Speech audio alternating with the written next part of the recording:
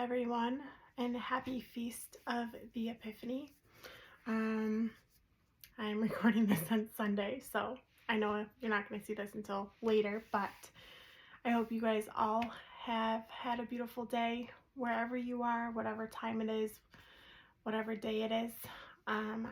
So to start off the first week of scripture reflection, I just kind of want to introduce what to expect and what we're going to be going over. They're going to be pretty short videos, or at least I hope so. Depends on how much I talk. But it's just going to go over a previous week's Bible passage. I am going through the Woman in Scripture, the 90 days through Woman in Scripture, and I'm going to be going over a passage from Ruth chapter 1 this week. And every week is going to be very similar, just from a previous week's passage, and I'll just kind of reflect on it a little bit and what I got from it. And yeah, feel free to give me your feedback, what you gained from it. If you're reading the Gospels or reading something else, I would love to hear how scripture has touched you in this past week. I have always wanted to dive into scripture, and I've always given myself the excuse in the moment to not do it for some reason. So I am doing this mostly for the accountability, to keep me doing it. And I have all of you as accountability partners in that. But also to make it more common to share what we are hearing in scripture and what we are gaining from it. Because everyone gains something a little different, and it's all beautiful. And just how God speaks to us so individually and so uniquely is awesome. And we can grow and learn from each other in that way. So I'm going to start off, like I said, it's going to be in Ruth chapter 1. So I'm going to only read a short passage, but before this, obviously, I'm sure all of us are pretty familiar with Ruth, but before this, Naomi is a lady who was married to Elimelech, and they had 2 sons. And Elimelech and his 2 sons, Elimelech died, and the 2 sons were married to Moabite women. And they both eventually died as well. So it was just Naomi and the 2 daughter-in-laws.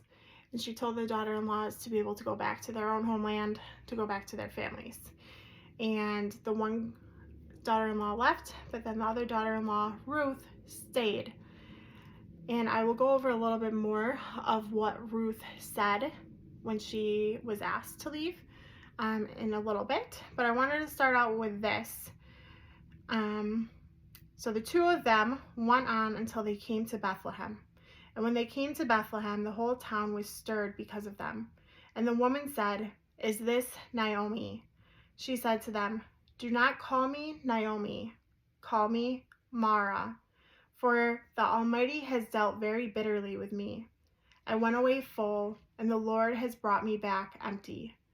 Why call me Naomi when the Lord has afflicted me, and the Almighty has brought calamity upon me?" So Naomi returned, and Ruth the Moabitess, her daughter-in-law, with her, returned from the country of Moab, and they came to Bethlehem at the beginning of barley harvest. So the first thing that stuck out to me was, obviously Naomi is in grief. She's grieving because she lost her sons and her husband. And I'm sure in this moment is wondering, what else is there for me? What else is there for me to live?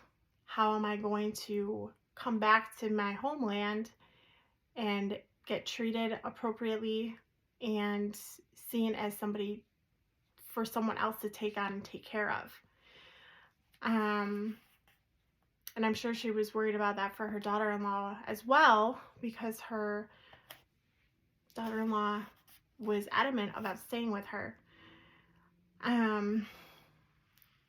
I saw this and I related to Naomi, and not because I've had people in my family, like I've had people in my family die, but not to the extent that she had. Like it was pretty much her whole family.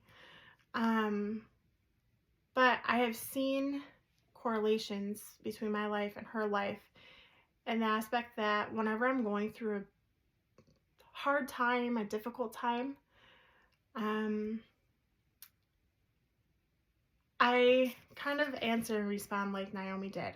Like the townspeople were like, "Is this Naomi? Sounds like she's like an important person that everyone knew about." And she came back. And she said, "Do not call me Naomi, call me Mara." And I looked up what these two names meant. So Naomi means pleasant, and Mara means bitter.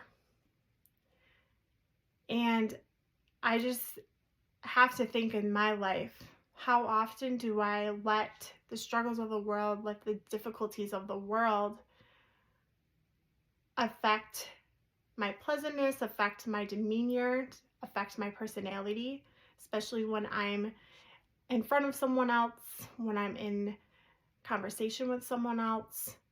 How am I